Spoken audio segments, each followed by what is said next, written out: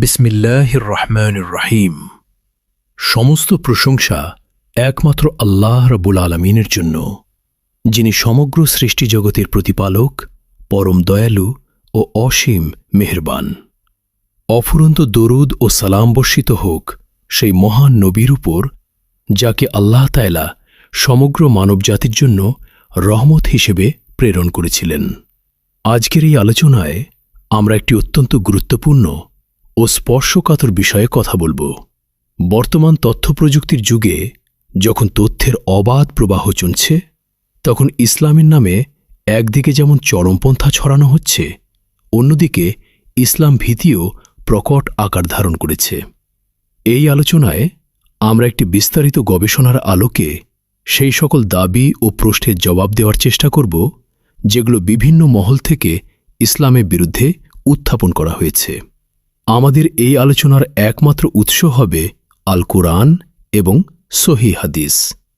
কোনো আলেমের ব্যক্তিগত মতামত বা কোনো রাজনৈতিক দলের আদর্শ এখানে মানদণ্ড হবে না, কারণ ইসলামের প্রকৃত রূপ বোঝার জন্য সরাসরি আল্লাহর কালাম এবং রাসূলুল্লাহ সাল্লাল্লাহু আলাইহি ওয়াসাল্লামের সুন্নাহর দিকে ফিরে যাওয়াই একমাত্র পথ। যখন মানুষ মানবসৃষ্ট ব্যাখ্যার উপর নির্ভর করে, তখনই বিভ্রান্তির সৃষ্টি হয়। 2013 থেকে 2016 সালের মধ্যে বাংলাদেশে যা ঘটেছে সেটি ইতিহাসের একটি কলঙ্কজনক অধ্যায়। এই সময়কালে অভিজিৎ রায়, ওয়াশিকুর রহমান, অনন্ত বিজয় দাস, নিলয় নীল, নাজিম উদ্দিন সামাদসহ একাধিক লেখক ও ব্লগারকে ধারালো অস্ত্র দিয়ে হত্যা করা হয়। প্রকাশক ফয়সাল আরেফিন দীপনকে তার নিজের অফিসে নৃশংসভাবে হত্যা করা হয়। এই হত্যাকাণ্ডগুলো ঘটিয়েছিল আনসারুল্লাহ বাংলা টিম এবং আনসার আল ইসলামের মতো সশস্ত্র সংগঠন। এখন প্রশ্ন হল, এই হত্যাকারীরা কি ইসলামের বিধান পালন করেছিল? উত্তর হল, কখনই না। তারা ইসলামের নাম ব্যবহার করে এমন কাজ করেছে যা কোরআনের প্রতিটি মূলনীতির বিরুদ্ধে। ইসলামী আইনে বিচার বহির্ভূত হত্যাকাণ্ডকে সম্পূর্ণ হারাম ঘোষণা করা হয়েছে। বিচার করার অধিকার কেবল বৈধ রাষ্ট্রীয় আদালতের কোনো ব্যক্তি বা গোষ্ঠীর নয়। আল্লাহ তাআলা সূরা আল মাইদার 32 নম্বর আয়াতে সুস্পষ্টভাবে ঘোষণা করেছেন, যে ব্যক্তি কাউকে হত্যা করে অন্য একটি প্রাণের বিনিময়ে অথবা জমিনে ফাসাদ সৃষ্টির কারণ ছাড়া, সে যেন সকল মানুষকে হত্যা করল, আর যে একটি প্রাণ রক্ষা করল, সে যেন সকল মানুষকে রক্ষা করল। এই মহান আয়াতটি শুধু মুমিনদের জন্য নয়, বরং সকল মানুষের জীবনের মূল্য ঘোষণা করে। এখানে ফাসাদের বিচারও করবে আইন প্রয়োগকারী সংস্থা, রাস্তার কোনো যুবক নয়। ব্লগার হত্যাকারীরা আদালতের কোনো বিচার ছাড়া, রাষ্ট্রীয় কোনো প্রক্রিয়া ছাড়া নিজ ইচ্ছায় মানুষের জীবন নিয়েছে। এটি শুধু মানবিক আইনের লঙ্ঘন নয়, এটি আল্লাহর আইনের সরাসরি লঙ্ঘন। সূরা আন-নিসার 93 নম্বর আয়াতে আল্লাহ তাআলা বলেছেন, যে ব্যক্তি ইচ্ছাকৃতভাবে কাউকে হত্যা করে, তার শাস্তি জাহান্নাম, যেখানে সে চিরকাল থাকবে। আল্লাহ তার প্রতি ক্রুদ্ধ, তাকে অভিশাপ দেন এবং তার জন্য মহাশাস্তি প্রস্তুত রেখেছেন। এই হত্যাকারীরা দাবি করেছিল যে তারা নবীজির সম্মান রক্ষা করছে, কিন্তু প্রশ্ন হল, নবীজি সাল্লাল্লাহু আলাইহি ওয়াসাল্লাম কি নিজে কখনো তার সমালোচকদের বিরুদ্ধে সহিংসতা করেছিলেন? ইতিহাস সাক্ষী যে তায়েফে যখন তাকে পাথর মেরে রক্তাক্ত করা হয়েছিল, জিবরাইল আলাইহিসসালাম এবং পাহাড়ের দায়িত্বপ্রাপ্ত ফেরেশতা এসে জিজ্ঞেস করেছিলেন, আল্লাহ কি তাদের পাহাড় দিয়ে চাপা দিয়ে দেবেন? নবীজি সাল্লাল্লাহু আলাইহি ওয়াসাল্লাম বললেন, না, আমি আশা করি আল্লাহ তাদের বংশ থেকে এমন লোক বের করবেন যারা এক আল্লাহকে ভজনা করবে। এই হাদিসটি সহিহ মুসলিমে বর্ণিত। যে নবীর এই অসীম ক্ষমার চরিত্র ছিল, তার নামে রাস্তায় কুপিয়ে হত্যা করা হচ্ছে, এর চেয়ে বড় বিশ্বাসঘাতকতা আর কি হতে পারে? মক্কা বিজয়ের দিন যারা তাকে বছরের পর বছর নির্যাতন করেছিল, তাদের প্রতিও তিনি সাধারণ ক্ষমা ঘোষণা করেছিলেন। বাংলাদেশ সরকার একদিকে ব্লগার হত্যার তদন্ত করেছে, অন্যদিকে ডিজিটাল নিরাপত্তা আইন ব্যবহার করে যাদের ধর্মীয় অনুভূতিতে আঘাত করার অভিযোগ আনা হয়েছে তাদেরও গ্রেফতার করেছে। এমনকি পুলিশের পক্ষ থেকে ব্লগারদের সেন্সরশিপের পরামর্শ দেওয়া হয়েছে, যা মূলত ভুক্তভোগীকেই দোষারোপ করার নামান্তর। ইসলাম কি এই দ্বৈত নীতি সমর্থন করে? কখনই না। ইসলামে আদল অর্থাৎ ন্যায় বিচার এবং কিশত অর্থাৎ সুবিচারের ধারণা আপোষহীন। আল্লাহ তাআলা সূরা আন-নিসার ১৩৫ নম্বর আয়াতে ঘোষণা করেছেন, হে ঈমানদারগণ, তোমরা ন্যায় বিচারের উপর দৃঢ়ভাবে প্রতিষ্ঠিত থাকো, আল্লাহর জন্য সাক্ষ্যদাতা হও, যদিও তা তোমাদের নিজেদের বিরুদ্ধে হয় বা পিতামাতার বিরুদ্ধে হয় বা নিকটাত্মীয়দের বিরুদ্ধে হয়। কাজেই প্রবৃত্তির অনুসরণ করে ন্যায় বিচার থেকে বিরত হইও না। যে রাষ্ট্রহত্যার শিকার ব্যক্তিকেই দোষ দেয় এবং একই সাথে ধর্মের নামে বৈষম্যমূলক আইন প্রয়োগ করে, সে রাষ্ট্র কোরআনের ন্যায় বিচারের ধারণা থেকে বহু দূরে। ইসলামী খেলাফতের যুগে খলিফা উমর রাদিয়াল্লাহু আনহুর আদালতে একজন সাধারণ মুসলিম নাগরিকও খলিফার বিরুদ্ধে মামলা করে ন্যায় বিচার পেতেন। আল্লাহ তাআলা সূরা আল মাইদার ৮ নম্বর আয়াতে সুস্পষ্টভাবে বলেছেন, কোন জাতির প্রতি শত্রুতা যেন তোমাদের ন্যায় বিচার না করতে প্রলুব্ধ না করে। ন্যায় বিচার করো, এটাই তাকওয়ার কাছাকাছি। অর্থাৎ আপনি যার আদর্শকে ঘৃণা করেন তার সাথেও অবিচার করার অধিকার ইসলাম আপনাকে দেয়নি। বিভিন্ন ব্যক্তি ইউটিউবে ইসলাম বিরোধী কন্টেন্ট তৈরি করছেন। তাদের কন্টেন্টকে ৩ ভাগে ভাগ করা যায়। প্রথম হল তথ্যভিত্তিক সমালোচনা ও বুদ্ধিবৃত্তিক প্রশ্ন। দ্বিতীয় হল প্রসঙ্গবিচ্যুত নির্বাচিত উদ্ধৃতি। তৃতীয় হল অশ্লীল উপহাস বা মক্কারি।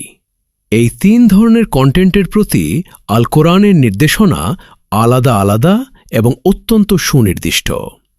প্রথম ধরনের সমালোচনা অর্থাৎ বুদ্ধিবৃত্তিক প্রশ্ন ও বিতর্কের প্রতি আল্লাহর নির্দেশ হল সর্বোত্তম পদ্ধতিতে জবাব দেওয়া। ইসলাম কখনো প্রশ্ন করতে ভয় পায় না। সূরা আন-নাহলের ১২৫ নম্বর আয়াতে আল্লাহ বলেছেন, তোমার রবের পথে আহ্বান করো হিকমা অর্থাৎ প্রজ্ঞা ও সুন্দর উপদেশের মাধ্যমে, এবং তাদের সাথে সর্বোত্তম পদ্ধতিতে বিতর্ক করো। এখানে হিকমা মানে হল যুক্তি, বিজ্ঞান, দর্শন ও প্রমাণের মাধ্যমে মানুষের মস্তিষ্কে আবেদন করা।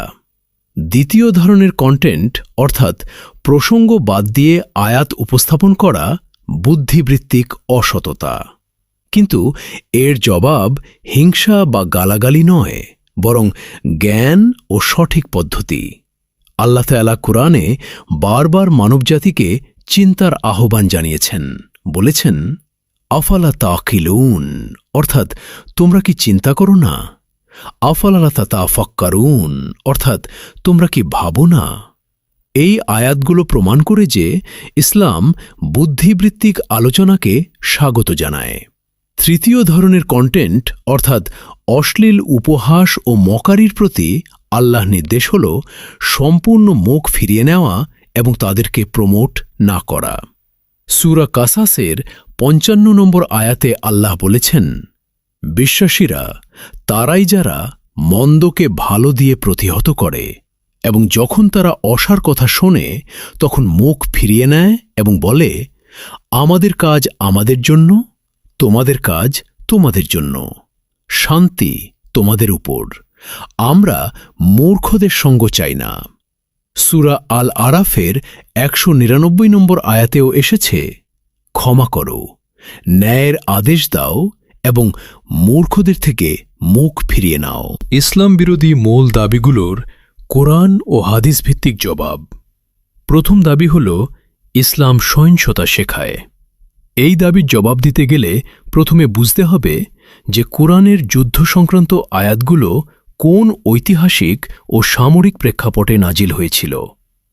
মক্কায় ১৩ বছর মুসলিমরা চরম নির্যাতন সহ্য করার পর যখন মদিনায় রাষ্ট্র গঠন করেন তখন তাদের উপর যুদ্ধ চাপিয়ে দেওয়া হয়েছিল। সূরা বাকারার ১৯০ নম্বর আয়াতে আল্লাহ বলেছেন, যারা তোমাদের সাথে যুদ্ধ করে তাদের সাথে যুদ্ধ করো, কিন্তু সীমালঙ্ঘন করো না, কারণ আল্লাহ সীমালঙ্ঘনকারীদের ভালোবাসেন না। এই আয়াতেই রয়েছে স্পষ্ট শর্ত যে আত্মরক্ষামূলক যুদ্ধ অনুমোদিত, কিন্তু নারী, শিশু ও বৃদ্ধকে হত্যা করা, গাছ কাটা বা উপাসনালয় ভাঙা কঠোরভাবে নিষিদ্ধ।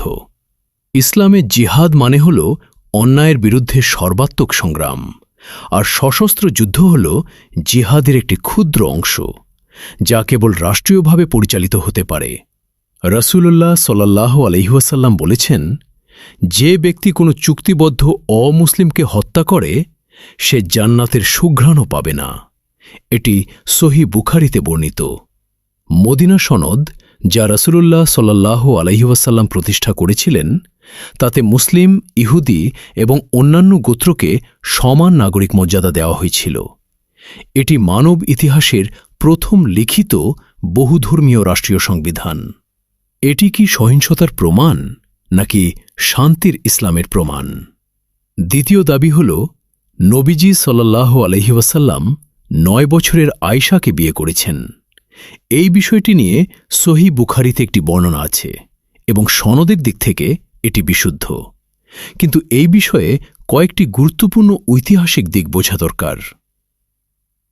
প্রথমত, ৭ম শতাব্দীর আরব সমাজে বিবাহের রীতি এবং বয়সের ধারণা আধুনিক যুগ থেকে সম্পূর্ণ আলাদা ছিল।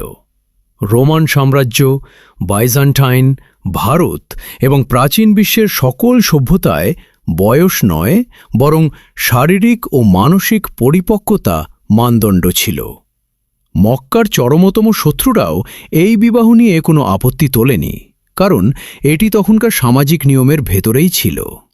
দ্বিতীয়ত, আধুনিক কালের একাধিক গবেষক বিকল্প ঐতিহাসিক গণনা উপস্থাপন করেছেন, যা দেখায় যে হিজরতের সময় এবং আসমা রাদিয়াল্লাহু আনহার বয়সের সাথে তুলনা করলে আয়েশার বয়স ১৫ থেকে ১৯-এর মধ্যে হতে পারে। তৃতীয়ত এবং সবচেয়ে গুরুত্বপূর্ণ, কুরআন বিবাহের জন্য ২টি শর্ত দিয়েছে। প্রথম হল বুলুগ, অর্থাৎ শারীরিক পরিপক্কতা, এবং দ্বিতীয় হল রুশদ, অর্থাৎ মানসিক ও অর্থনৈতিক পরিপক্কতা, যা সূরা আন-নিসার ৬ নম্বর আয়াত থেকে প্রমাণিত। আয়েশা রাদিয়াল্লাহু আনহা নিজে ছিলেন ইসলামের একজন মহান আলেমা ও ফকিহা। রাসূলুল্লাহ সাল্লাল্লাহু আলাইহি ওয়াসাল্লামের ইন্তেকালের পর ৪০ বছরেরও বেশি সময় ধরে তিনি সকলকে ইসলামের শিক্ষা প্রদান করেছেন। ২২০০-এর বেশি হাদিস তার মাধ্যমে বর্ণিত হয়েছে। তার জীবন ছিল জ্ঞান, নেতৃত্ব ও মর্যাদার এক উজ্জ্বল দৃষ্টান্ত। তৃতীয় দাবি হল, কুরআনে বৈজ্ঞানিক ত্রুটি আছে। এর জবাবে প্রথমে একটি মৌলিক কথা বলা দরকার। কুরআন কোনো বিজ্ঞানের পাঠ্যপুস্তক নয়। কুরআন মানবজাতির জন্য হেদায়েতের কিতাব। আল্লাহ বলেছেন, এই কিতাব, এতে কোনো সন্দেহ নেই, এটি মুত্তাকীদের জন্য পথ প্রদর্শক। বিজ্ঞান প্রতিনিয়ত পরিবর্তনশীল, কিন্তু কুরআনের সত্য চিরন্তন। কিন্তু এর বাইরে কুরআন এমন অনেক কথা বলেছে যা ৭ম শতাব্দীর বিজ্ঞানের কল্পনারও বাইরে ছিল। সূরা আল আম্বিয়ার ৩০ নম্বর আয়াতে বলা হয়েছে, আকাশ ও পৃথিবী একত্রে সংযুক্ত ছিল, তারপর আমি তাদের পৃথক করেছি। এটি বিগ ব্যাং তত্ত্বের সাথে চমৎকারভাবে সামঞ্জস্যপূর্ণ। সূরা আশ-জারিয়াতের ৪৭ নম্বর আয়াতে বলা হয়েছে, আকাশকে আমি নিজ হাতে নির্মাণ করেছি এবং আমি একে প্রসারিত করছি। এটি বিংশ শতাব্দীতে আবিষ্কৃত মহাবিশ্বের প্রসারণের দিকে স্পষ্ট ইঙ্গিত করে। চতুর্থ দাবি হল, ইসলাম নারীদের নিপীড়ন করে। এর জবাবে প্রথমে ঐতিহাসিক প্রেক্ষাপট বুঝতে হবে। ৭ম শতাব্দীর আরবে কন্যা সন্তানদের জীবন্ত কবর দেওয়া হতো। ইসলাম এই বর্বরতা চিরতরে বন্ধ করল। সেই যুগে রোমান বা পারস্য সাম্রাজ্যে নারীরা স্বাধীনভাবে সম্পত্তির মালিক হতে পারতেন না। ইসলাম মানব ইতিহাসে প্রথমবারের মতো নারীকে স্বতন্ত্র সম্পত্তির অধিকার দিল। সূরা আন-নিসার ৩২ নম্বর আয়াতে আল্লাহ বলেছেন, পুরুষদের জন্য রয়েছে যা তারা উপার্জন করেছে এবং নারীদের জন্য রয়েছে যা তারা উপার্জন করেছে। উম্মুল মুমিনিন খাদিজা রাদিয়াল্লাহু আনহা ছিলেন তৎকালীন আরবের অন্যতম শ্রেষ্ঠ নারী ব্যবসায়ী, যা প্রমাণ করে ইসলামে নারীর অর্থনৈতিক স্বাধীনতা কতটুকু ছিল। সহিহ মুসলিমে রাসূলুল্লাহ সাল্লাল্লাহু আলাইহি ওয়াসাল্লাম বলেছেন, তোমাদের মধ্যে সর্বোত্তম সে যে তার স্ত্রীর কাছে সর্বোত্তম। বিদায় হজের ভাষণে তিনি সুস্পষ্ট নির্দেশ দিয়েছেন, নারীদের বিষয়ে তোমরা আল্লাহকে ভয় করো। পঞ্চম দাবি হল ইসলামে ব্লাসফেমির শাস্তি মৃত্যু। এই দাবির জবাব অত্যন্ত স্পষ্ট। কোরআনে ব্লাসফেমি বা ধর্মত্যাগের জন্য কোনো পার্থিব মৃত্যুদণ্ডের বিধান নেই। এটি একটি অকাট্য সত্য। সূরা আনআমের ১০ নম্বর আয়াতে আল্লাহ বলেছেন, নিশ্চয়ই তোমার আগেও রাসূলদের উপহাস করা হয়েছে, কিন্তু যারা ঠাট্টা করত তাদের উপহাসই তাদের চারদিক থেকে ঘিরে ধরেছে। শাস্তি দেওয়ার দায়িত্ব আল্লাহ নিজের কাছে রেখেছেন। সূরা আল হিজরের ৯ নম্বর আয়াতে আল্লাহ বলেছেন, নিশ্চয়ই আমি কোরআন নাজিল করেছি এবং আমি এর সংরক্ষক। অর্থাৎ আল্লাহ নিজেই তার দ্বীন রক্ষার ঘোষণা দিচ্ছেন। কোনো দুর্বল মানুষকে লাঠি বা তলোয়ার নিয়ে ধর্ম রক্ষার দায়িত্ব দেননি। মক্কার পুরো ১৩ বছর নবীজি সাল্লাল্লাহু আলাইহি ওয়াসাল্লামকে চরমভাবে অবমানিত করা হয়েছে। আল্লাহ প্রতিবারই তাকে সবর করার আদেশ দিয়েছেন। কোনো আয়াতে একবারও বলা হয়নি যে গিয়ে তাদের হত্যা করো।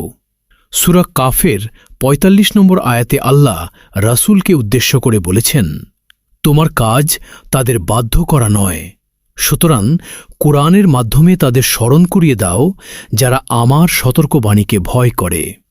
যে হাদিসের কথা অনেকে উল্লেখ করেন, যে ব্যক্তি তার ধর্ম পরিবর্তন করে তাকে হত্যা করো, এই হাদিসটি ৭ম শতাব্দীর রাজনৈতিক ও সামরিক প্রেক্ষাপটে বলা হয়েছিল।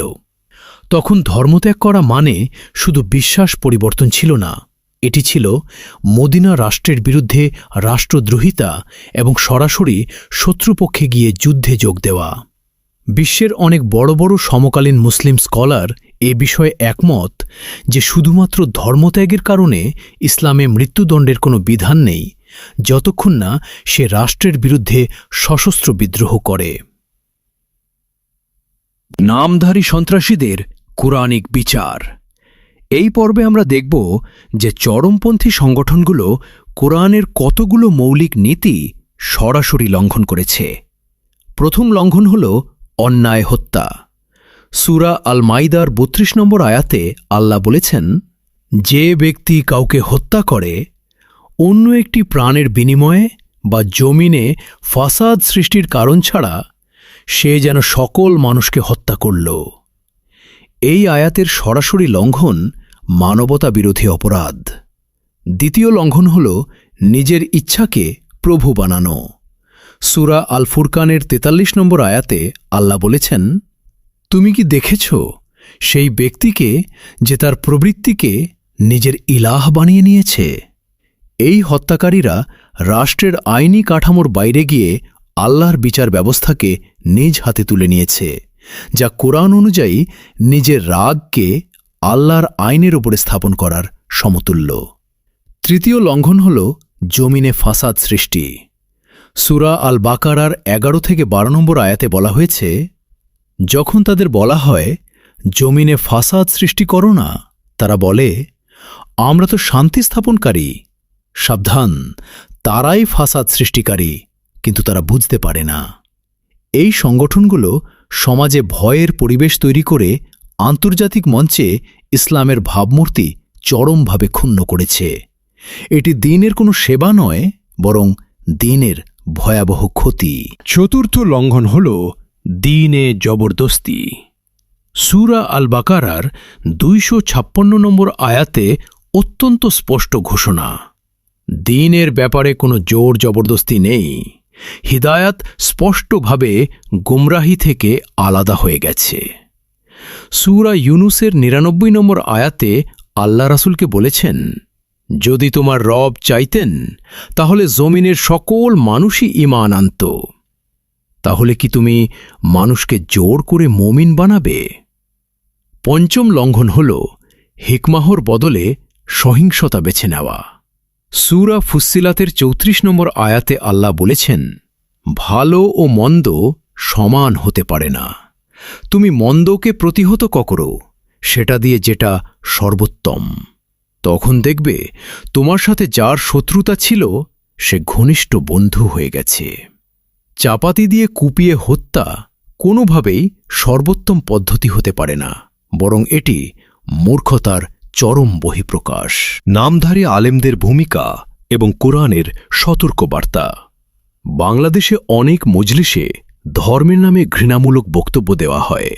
দুর্বল ও জাল হাদিস প্রচার করে মানুষকে আবেগী করা হয় এবং রাজনৈতিক উদ্দেশ্যে ধর্মকে ঢাল হিসেবে ব্যবহার করা হয়।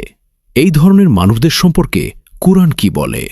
সূরা আত-তাওবার ৩৪ নম্বর আয়াতে আল্লাহ বলেছেন, হে ঈমানদারগণ, ধর্মীয় নেতাদের অনেকেই মানুষের ধন সম্পদ অন্যায়ভাবে গ্রাস করে এবং মানুষকে আল্লাহর পথ থেকে বিরত রাখে। সূরা আল বাকারার ৭৯ নম্বর আয়াতে আল্লাহ বলেছেন, তাদের জন্য আফসোস যারা নিজ হাতে কিতাব লেখে এবং বলে এটি আল্লাহর পক্ষ থেকে সামান্য মূল্য পাওয়ার জন্য। এটি তাদের ক্ষেত্রে প্রযোজ্য যারা নিজেদের মন গড়া ফতুয়াকে আল্লাহর বিধান বলে চালিয়ে দেয়। কুরআন অন্ধ অনুসরণকে কঠোরভাবে নিন্দা করে। সূরা আল বাকারার ১৭০ নম্বর আয়াতে বলা হয়েছে, যখন তাদের বলা হয় আল্লাহ যা নাজিল করেছেন তা অনুসরণ করো, তারা বলে বরং আমরা সেটাই অনুসরণ করব যার উপর আমাদের পিতৃপুরুষদের পেয়েছি, যদিও তাদের পিতৃপুরুষরা কিছুই বুঝত না এবং হিদায়াত প্রাপ্তও ছিল না। আল্লাহ তাআলা সূরা আনআমের ১০৮ নম্বর আয়াতে বলেছেন, হে বিশ্বাসীরা, আল্লাহ ছাড়া তারা যাদের ডাকে তাদের গালি দিও না, কারণ তারা অজ্ঞতাবশত বিদ্বেষবশত আল্লাহকে গালি দেবে। এই আয়াত মুসলিমদের শেখায় যে অপরের ধর্মকে অপমান করা ইসলামের সম্পূর্ণ নিষিদ্ধ। একইভাবে যারা ইসলামের নবীজি সাল্লাল্লাহু আলাইহি ওয়াসাল্লামকে অপমান করে তাদেরকে কোরআন বলছে হত্যা করতে নয়, বরং তাদের এড়িয়ে চলতে। সূরা আনআমের ৬৮ নম্বর আয়াতে বলা হয়েছে, যখন তুমি এমন লোকদের দেখো যারা আমার আয়াত নিয়ে ঠাট্টা বিদ্রূপ করছে, তাদের থেকে সরে যাও যতক্ষণ না তারা অন্য বিষয়ে কথা বলে। ২০২১ সালের কুমিল্লার ঘটনায় একজন দুষ্কৃতকারী দুর্গাপূজার প্যান্ডেলে পবিত্র কোরআন রেখে সাম্প্রদায়িক সহিংসতা উস্কে দিয়েছিল। এর পরিণামে শত শত নিরপরাধ হিন্দু পরিবারের বাড়িঘর, ব্যবসা প্রতিষ্ঠান ও মন্দির পুড়ে যায়। কোরআনের দৃষ্টিতে এটি একটি অত্যন্ত গুরুতর পাপ। সূরা আল হুজুরাতের ৬ নম্বর আয়াতে আল্লাহ বলেছেন, হে ঈমানদারগণ, কোনো পাপাচারী তোমাদের কাছে কোনো সংবাদ আনলে তা যাচাই করে নাও, যাতে অজ্ঞতাবশত কোনো সম্প্রদায়ের ক্ষতি করে না বসো এবং পরে অনুতপ্ত না হও। কিন্তু কুমিল্লায় কেউ যাচাই করেনি, শুধু গুজবের উপর ভিত্তি করে অন্যের ঘর পুড়িয়েছে। ইসলামী রাষ্ট্রে সংখ্যালঘুদের জানমালের নিরাপত্তা দেওয়া রাষ্ট্রের ধর্মীয় কর্তব্য। রাসূলুল্লাহ সাল্লাল্লাহু আলাইহি ওয়াসাল্লাম বলেছিলেন, যে কেউ আমার কোনো চুক্তিবদ্ধ অমুসলিমের উপর অত্যাচার করবে, তার অধিকার ক্ষুণ্ণ করবে, তার উপর সাধ্যের বাইরে বোঝা চাপাবে বা তার কোনো কিছু জোর করে নেবে, আমি কিয়ামতের দিন তার বিরুদ্ধে বিচার করব। এটি সুনান আবু দাউদে বর্ণিত। চিন্তা করুন, রোজ হাসরে স্বয়ং নবীজি সাল্লাল্লাহু আলাইহি ওয়াসাল্লাম যদি কোনো মুসলিমের বিরুদ্ধে মামলা করেন, তবে তার পরিণতি কি হবে? ধর্মীয় স্বাধীনতা এবং ইসলামের অবস্থান। কুরআন ধর্মীয় স্বাধীনতার গ্যারান্টি দিয়েছে। সূরা আল কাহফের ২৯ নম্বর আয়াতে আল্লাহ বলেছেন, বলো, সত্য তোমাদের রব্বের পক্ষ থেকে, অতএব যার ইচ্ছা ঈমান আনুক, যার ইচ্ছা অস্বীকার করুক। এটি কোরআনের সুস্পষ্ট ঘোষণা যে বিশ্বাস বা অবিশ্বাস সম্পূর্ণ ব্যক্তির নিজস্ব স্বাধীন পছন্দ। সূরা আল গাশিয়ার ২১ থেকে ২২ নম্বর আয়াতে আল্লাহ নবীজিকে নির্দেশ দিচ্ছেন, তুমি উপদেশ দাও। তুমি তো শুধু উপদেশদাতা, তুমি তাদের উপর জবরদস্তিকারী নও। এই আয়াতগুলো একসাথে মিলিয়ে পড়লে একটি অকাট্য উপসংহার আসে যে ইসলামে ধর্মীয় বিশ্বাস সম্পূর্ণ স্বাধীন, কাউকে জোর করে মুসলিম বানানো যাবে না এবং শুধু ধর্মত্যাগের জন্য পার্থিব শাস্তি দেওয়ার কোনো সরাসরি কুরআনিক অনুমোদন নেই। বিচার হবে আখেরাতে, আল্লাহর দরবারে। এক্স মুসলিম মুভমেন্টের পরিসংখ্যান এবং মুসলিমদের করণীয়। আরব ব্যারোমিটারের জরিপে তিউনিসিয়ায় ৩৩%, মরক্কোতে ১৯% তরুণ নিজেদের ধর্মহীন বলছেন। মার্কিন যুক্তরাষ্ট্রে মুসলিম পরিবারে বড় হওয়া ২৩% তরুণ পরে নিজেদের মুসলিম বলে পরিচয় দেন না। এই পরিসংখ্যান বলছে যে মানুষ ইসলাম ছাড়ছে মূলত দুটি কারণে। প্রথম হল তাদের বৌদ্ধিক প্রশ্নগুলোর সঠিক যৌক্তিক জবাব দেওয়া হয়নি। দ্বিতীয় হল ধর্মীয় প্রতিষ্ঠানগুলোতে তারা বাজে আচরণের শিকার হয়েছেন। তাদের ভয় দেখিয়ে, দজখের হুমকি দিয়ে বা সমাজচ্যুত করার ভয় দেখিয়ে আটকে রাখার চেষ্টা করা হয়েছে, কিন্তু যুক্তি, ভালোবাসা ও জ্ঞান দিয়ে সন্তুষ্ট করা হয়নি। এই পরিস্থিতিতে মুসলিমদের করণীয় সম্পর্কে কুরআন সূরা আলে ইমরানের ১৫৯ নম্বর আয়াতে অত্যন্ত সুন্দর উত্তর দিয়েছে। আল্লাহ বলেছেন, আল্লাহর রহমতেই তুমি তাদের প্রতি কোমল হয়েছে। যদি তুমি কঠোর ও কঠিন হৃদয়ের হতে, তাহলে তারা তোমার আশপাশ থেকে সরে পড়ত। সহিহ বুখারীতে রাসূলুল্লাহ সাল্লাল্লাহু আলাইহি ওয়াসাল্লাম বলেছেন, তোমরা মানুষের জন্য দিনকে সহজ করো, কঠিন করো না। সুসংবাদ দাও, বিতৃষ্ণা সৃষ্টি করো না। ইউটিউব অ্যালগোরিদম এবং উভয় পক্ষের দায়িত্ব। ইউটিউব বা ফেসবুকের অ্যালগোরিদম উত্তেজনামূলক ভিডিওতে বেশি রিচ ও ভিউ দেয়, ফলে উভয় পক্ষ এই অ্যালগোরিদমের ফাঁদে পড়ে প্রকৃত বুদ্ধিবৃত্তিক সমাধানের বদলে শুধু উত্তেজনা বাড়াচ্ছে এবং সমাজকে মেরুকরণ করছে। এই ডিজিটাল ফাঁদ থেকে বেরিয়ে আসার পথও কোরআনে রয়েছে। সূরা আল হুজুরাতের ১২ নম্বর আয়াতে আল্লাহ বলেছেন, হে ঈমানদারগণ, অধিক সন্দেহ থেকে দূরে থাকো, কারণ কিছু সন্দেহ পাপ। তোমরা একে অপরের গোপনীয়তা অনুসন্ধান করো না এবং একে অপরের পশ্চাতে নিন্দা করো না। ইসলামের দাওয়াত হতে হবে শালীন, ধীরস্থির এবং জ্ঞানভিত্তিক। কোরআন ভিত্তিক শান্তিনীতি এবং সকলের জন্য বার্তা। ইসলাম বিরোধী কন্টেন্ট নির্মাতাদের প্রতি কথা হল, ইসলামের যে কোনো বিষয়ে প্রশ্ন করা যায়, মুক্ত মনে সমালোচনা করা যায়, কিন্তু তা অবশ্যই একাডেমিক এবং সঠিক প্রেক্ষাপট সহ হতে হবে। কোনো লেখার মাঝখান থেকে প্রসঙ্গ বাদ দিয়ে আংশিক উদ্ধৃতি দেওয়া, ইচ্ছাকৃত বিকৃতি করা এবং পবিত্র বিষয় নিয়ে অশ্লীল উপহাস করা বুদ্ধিবৃত্তিক সততার ভয়াবহ লঙ্ঘন। নামধারী সন্ত্রাসীদের প্রতি কথা হল, তোমরা কোরআনের নাম ব্যবহার করে কোরআনের মৌলিক আয়াতগুলোকে লঙ্ঘন করেছ। তোমরা মুখে নবীজির প্রেমের দাবি করে নবীজির ক্ষমার আদর্শকে পদদলিত করেছ। তোমরা ইসলামের সেবা করতে গিয়ে মূলত বিশ্বদরবারে ইসলামের শত্রুদের হাতেই সবচেয়ে বড় অস্ত্র তুলে দিয়েছ। সামগ্রিক মুসলিম সমাজের প্রতি কথা হল, ইসলাম কোনো ব্যক্তি বা ইউটিউব বক্তার কাছ থেকে নয়, বরং সরাসরি কোরআন থেকে শিখুন। প্রতিটি মুসলিম যদি অর্থসহ সরাসরি কোরআন পড়তেন ও বুঝতেন, তাহলে চরমপন্থী আলেমদের উস্কানিমূলক বক্তব্য তাদের উপর প্রভাব ফেলত না।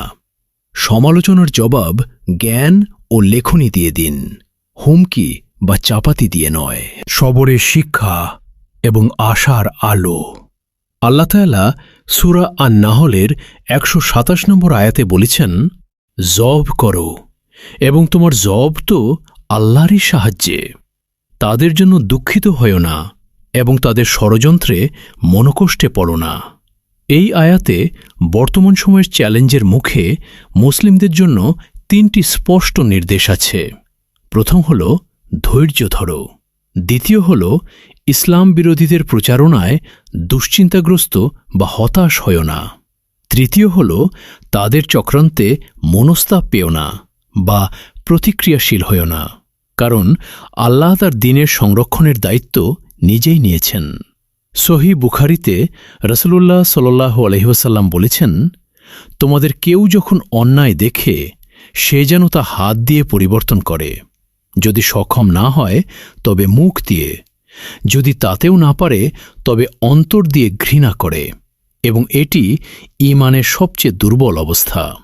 ইসলামী ফিকহবিদগণ স্পষ্ট করেছেন যে হাত দিয়ে পরিবর্তন করার অধিকার একমাত্র ন্যায়সম্মত রাষ্ট্রীয় কর্তৃপক্ষের, কোনো ব্যক্তিগত মিলিশিয়া বা সাধারণ জনতার নয়। ইসলামের ইতিহাস সাক্ষী যে সমাজে মুসলিমরা জ্ঞান, বিজ্ঞান, দর্শন, শিল্প ও ন্যায়বিচারে সর্বোচ্চ স্থানে ছিলেন, সেই সমাজেই ইসলাম সবচেয়ে দ্রুত ছড়িয়েছে। আব্বাসীয় খিলাফতের সোনালী যুগে বাগদাদের বাইতুল হিকমাহতে পৃথিবীর সকল ধর্মের মানুষ একসাথে কাজ করেছেন, বৈজ্ঞানিক গবেষণা করেছেন। স্পেনের আন্দালুসে শত শত বছর ধরে মুসলিম শাসনে ইহুদি, খ্রিস্টান ও মুসলিমরা সম্পূর্ণ শান্তিতে পাশাপাশি বসবাস করেছেন। এটি ইসলামের প্রকৃত ও গৌরবময় ঐতিহ্য। বাংলাদেশের ব্লগার হত্যাকাণ্ড বা ভিন্ন ধর্মাবলম্বীদের উপর হামলা ইসলামের এই মহান ঐতিহ্যের চরম বিশ্বাসঘাতকতা। এটি প্রমাণ করে না যে ইসলাম স্বয়ং সহিংস, বরং এটি প্রমাণ করে যে কিছু বিপদগামী মানুষ নিজেদের অজ্ঞতা এবং রাজনৈতিক উদ্দেশ্য বাস্তবায়নের জন্য ইসলামের পবিত্র নামকে ব্যবহার করেছে। আজকের এই আলোচনার মূল বার্তা হল, প্রকৃত ইসলাম আল কুরআনে এবং রাসূলুল্লাহ সাল্লাল্লাহু আলাইহি ওয়াসাল্লামের জীবনে আছে। চরমপন্থী হুজুর বা সন্ত্রাসীদের কাজে ইসলাম নেই। কুরআন পড়ুন, গভীর মনোযোগের সাথে বুঝুন এবং নবীজির সিরাত অনুসরণ করুন। যখন কেউ ইসলামের সমালোচনা করেন, তখন হুমকির বদলে যুক্তি ও জ্ঞান দিয়ে জবাব দিন। যখন কেউ অন্যায় করে, তখন নিজে বিচারক হওয়ার বদলে আইনি প্রক্রিয়া অনুসরণ করুন। এবং সর্বদা মনে রাখুন যে আল্লাহ তাআলা নিজেই বলেছেন, তিনি কুরআনের সংরক্ষক। আল্লাহ রাব্বুল আলামিন আমাদের সকলকে দ্বীনের সঠিক বুঝ ও হেদায়াত দান করুন। সকল প্রকার বাড়াবাড়ি, চরমপন্থা এবং অন্যায় থেকে আমাদের সমাজকে রক্ষা করুন এবং সত্য ও ন্যায়ের পথে চলার তৌফিক দান করুন। আমিন ইয়া রাব্বুল আলামিন। ওয়াসসালামু আলাইকুম ওয়া রাহমাতুল্লাহি ওয়া বারাকাতুহু।